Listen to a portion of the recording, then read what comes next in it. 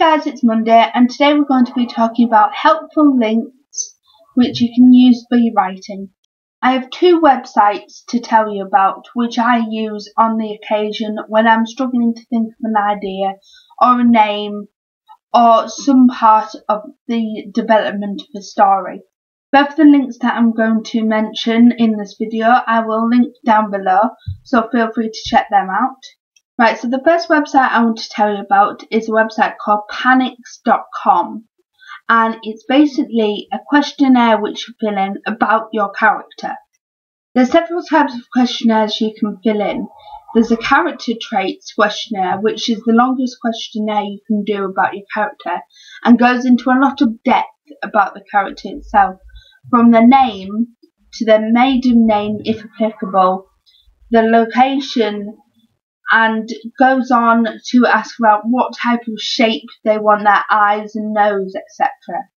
You can also have a mini bio which is slightly smaller and goes into less depth, or you can have the tiniest bio of all, which just covers the most basic of basic details needed for a character.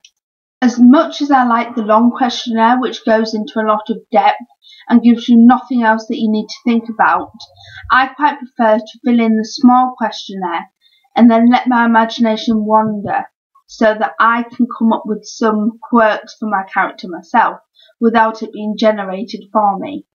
I don't use this very often. I tend to use it when I'm stuck for ideas, and I think it's best used when you're struggling for an idea.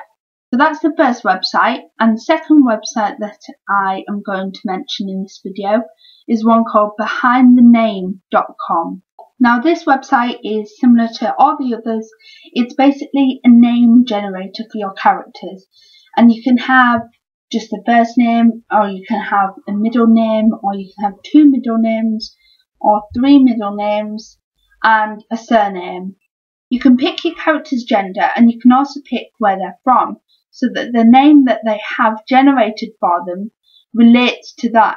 For example, if you picked India, the name generated should hopefully be Indian. As with any name generator, you get a few ones that you would never pick, but you can get quite a few interesting and unique names which might be good for a character. So they're the two websites that I want to tell you about, and my tip for writing and planning a novel would be never leave any stone unturned. What I mean by that is when you're planning a novel, try and look into every single possibility that your novel could take, because that'll make it the most realistic it can be. That's all I've got for you for this week. I'll see you next Monday. Watch out for Wednesday's video, and remember, practice makes pros.